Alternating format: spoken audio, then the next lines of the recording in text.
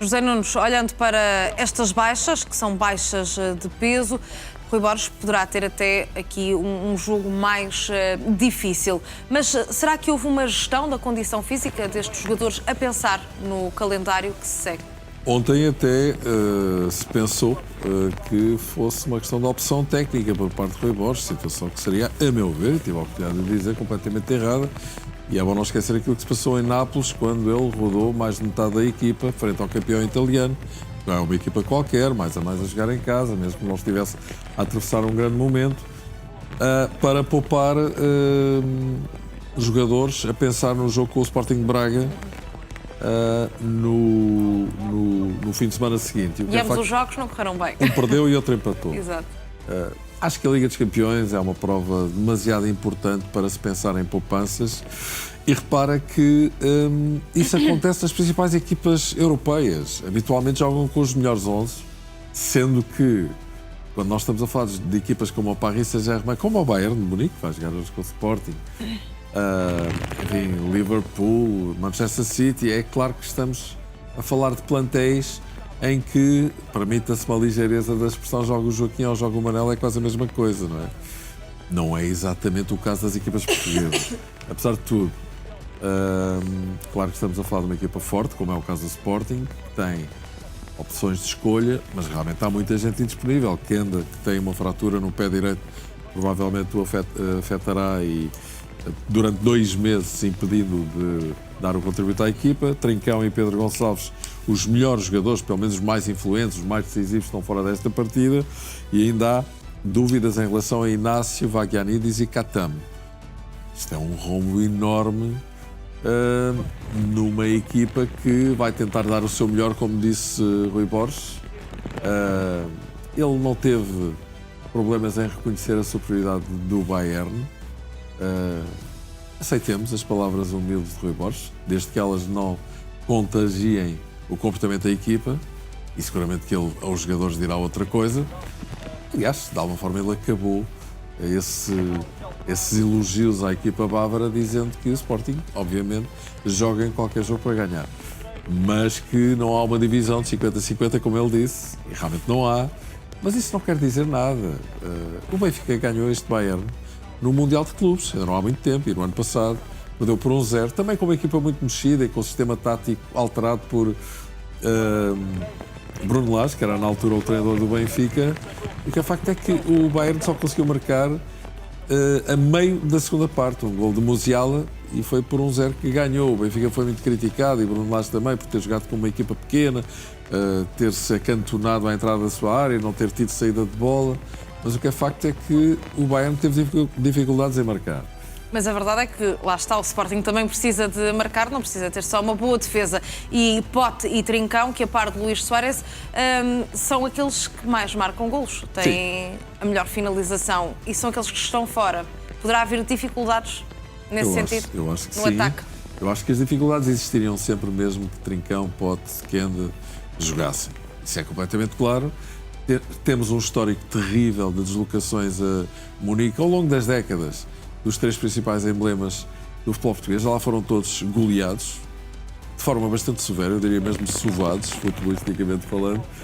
Mas, por isso, quer dizer, considerando que o Bayern está a atravessar um momento tremendo, que é, como disse Rui Borges, para ele, pelo menos, a melhor equipa da Europa, neste momento. 22 jogos, 20 vitórias, um empate e uma derrota. Curiosamente, na última jornada da Liga dos Campeões, frente ao Arsenal. É claro que é uma tarefa muito dura aquela que o Sporting tem pela frente. Acho que sim, acho que o Bayern é favorito, mas isso não significa que no final esse favoritismo seja confirmado. Agora, todas estas baixas, evidentemente, que enfraquecem a equipa de Sporting. Acredito que o Sporting vai ter uma postura muito reativa, de espera, fechando linhas de passe, baixando, enfim, o bloco no sistema de ter sempre 8, 9 jogadores atrás da linha de circulação de bola do Bayern. Vamos ver se Rui Borges tem ou não a tentação, por exemplo, de mudar no sistema tático. Se vai jogar à mesma em 4-2-3-1 ou se, por exemplo, pode regressar a um 3-4-3 com a entrada de um terceiro central, que poderia ser Quaresma, por exemplo, por força das baixas que tem.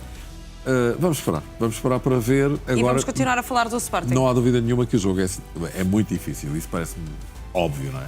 Vamos continuar a falar do Sporting na mesma, José Nunes, enquanto também daqui a pouco já voltamos a ver imagens do treino do Benfica. Aqui estão elas. Mas para já, Frederico Varandas afirma que o Sporting é atualmente o número 1 em Portugal, o que não acontecia há já algum tempo. Palavras fortes do presidente do Sporting em entrevista aos alemães do Bild na antecâmara do jogo com o Bayern. Frederico Varandas diz que o Sporting mostra atualmente que consegue competir com os grandes europeus, pese embora não ter os mesmos recursos financeiros. Frederico Varandas lembrou o ataque à Academia de Alcochete para falar sobre a situação de crise que encontrou quando assumiu a presidência. Apesar de ser diretor clínico na altura, Frederico Varandas diz que já conhecia muito bem o Sporting e a indústria do futebol. Motivos que o levaram a querer ser presidente de forma a colocar o Sporting novamente no topo. Sobre o jogo com o Bayern, Frederico Varandas não esconde que o favoritismo pertence ao Bayern. Diz mesmo que marcar um gol no estádio do campeão alemão é um dos maiores desafios para qualquer equipa no mundo. Ainda assim, Frederico Varandas promete um Sporting com ambição e guiado pelo sonho.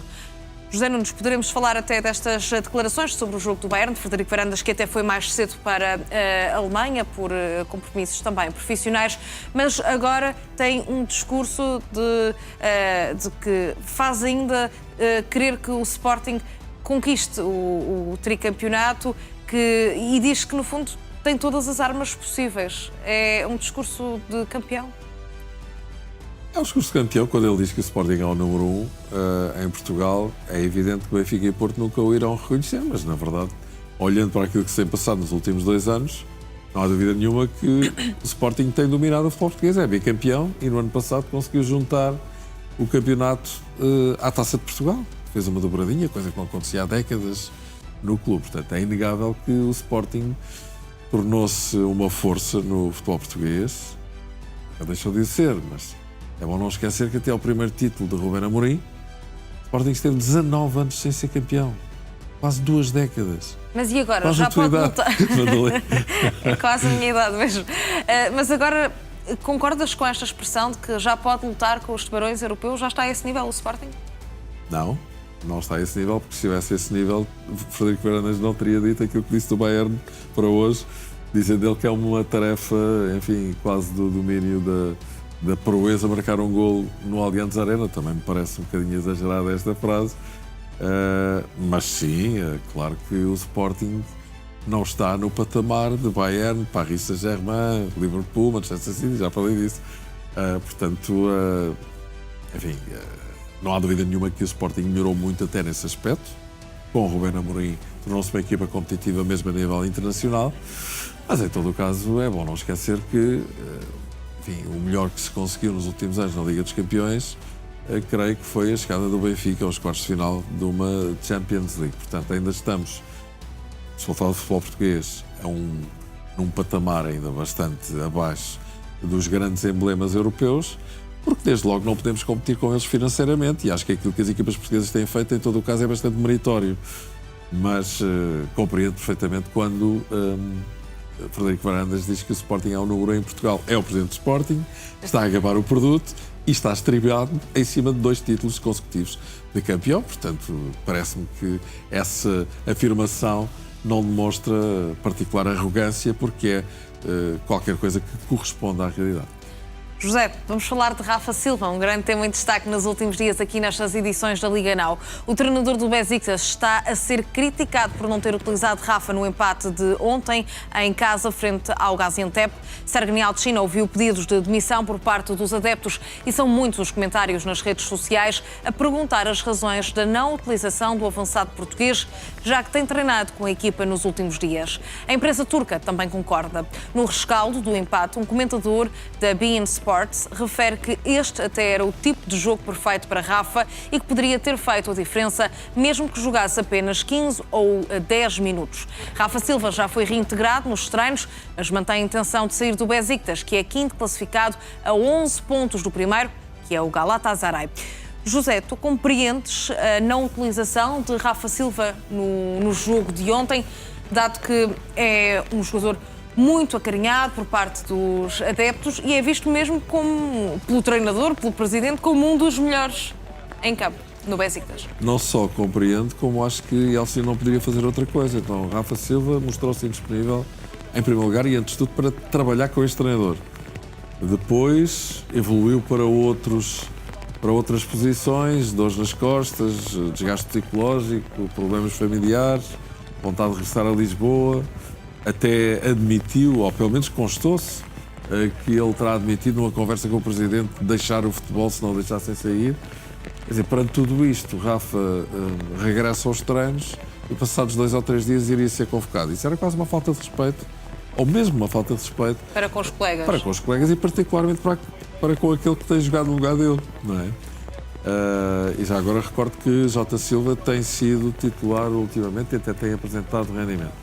Portanto, acho que é perfeitamente entendível e acho que o treinador do Besiktas não poderia fazer outra coisa. Só que, Madalena, está a acontecer aquilo que eu disse aqui que poderia acontecer. O regresso de Rafa Silva aos treinos aumenta imediatamente as expectativas dos adeptos, pensando que eles vão ficar. Até dei o exemplo da Turkoglu, quando, por volta do play-off com o Fenerbahçe, da Liga dos Campeões, se falou que o Fenerbahçe iria comprá-lo, o Benfica acabou por utilizá-lo nesse play-off, ele até marcou o gol que eliminou a sua atual equipa, e o que é que os adeptos pensaram? Bom, ele já não vai sair. Ou seja, estas movimentações e estes factos acabam por criar a ilusão nos adeptos de que as coisas vão voltar a ser o que eram. E se calhar, no caso de Rafa, também não vão voltar a ser o que eram, como tu próprio já disseste, ele mantém a vontade em sair. Portanto, é um assunto para acompanhar com atenção.